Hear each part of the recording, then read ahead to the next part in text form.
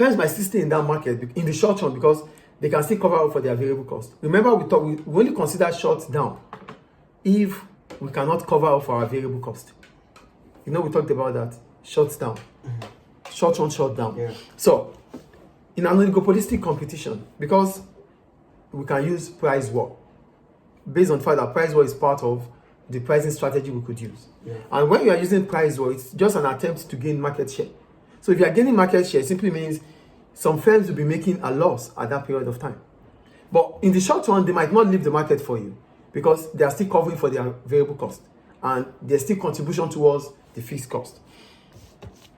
So, but in the long run, based on the fact that as time goes on, you might not be able to cover up for your fixed cost. So some firms will leave the market. So using the price war allows, in the long run now I'm talking about, with price war in the long run, prices are expected to rise. How and why?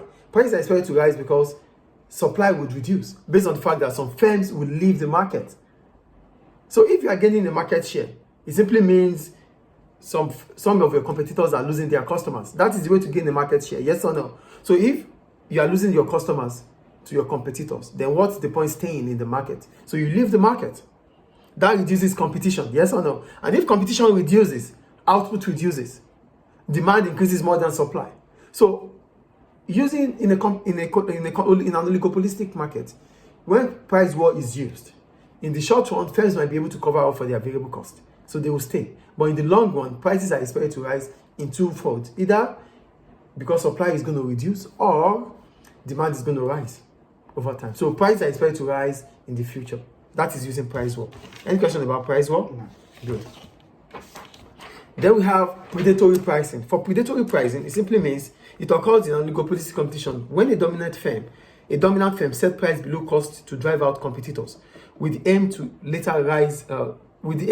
of later raising prices to recoup losses and establish a monopoly. For predatory pricing, we're going to set a dominant firm is going to set a price below the cost of production. So when you set a price below the cost of production, what do you mean? It means you want to deliberately lose. And if you are losing, it means other firms will lose more. So because other firms are going to lose, they have to run away from the market. So that takes them away from the market. So that established firm, that dominant firm, aim is to create a monopoly at the end of it all. Creating a monopoly simply means you would finally increase the price as soon as those competitors leaves the market. So what are the risks and challenges when it comes to using predatory pricing in an oligopolistic competition? The first one is high cost. It needs significant finance resources to sustain low prices for an extended period of time. When you use predatory pricing, it simply means you have decided on the price you want to sell. You want to sell below the cost of production. You would have had a target. Oh, I'm going to do it from January to December or from January to May. So for that period of time, you need enough finance to be able to maintain to sustain or to maintain that low prices. And that is huge. 2, legal issues. Things like that. It's illegal. Right? It's illegal. So you might have some antitrust situations. And you might even face some penalties from government. Do you understand the second point? Yeah. The third one, uncertainty of success. You are not so sure that the predatory pricing will ward off all competitors.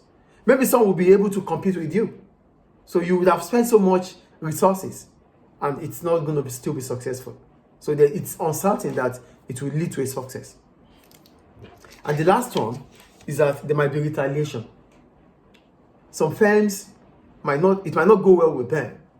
Because remember that in an oligopolistic competition, there's interdependence, yes or no? So your action needs to be you need to put into consideration my reaction based on your action. So it means I might retaliate. So there's potential retaliation. So for potential retaliation, other firms might retaliate with their own predatory pricing or other competitive strategy.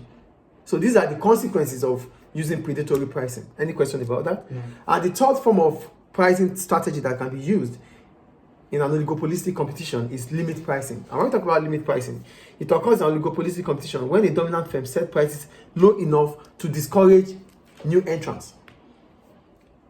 For price war, you are setting a price, you lower a price to gain market share. For predatory pricing, you are setting the price below the cost of production to ward off competitors. For limit pricing, you are setting a price so low that new entrants or potential firms would be discouraged to come into the market.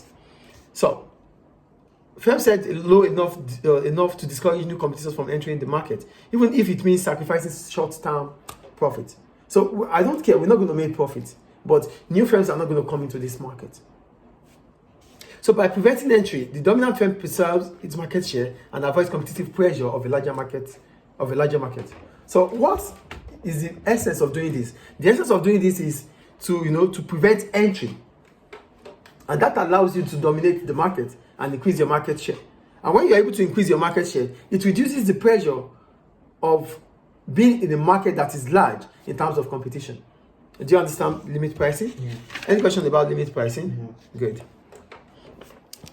So those are the three methods of pricing strategy that can be used in an oligopolistic competition.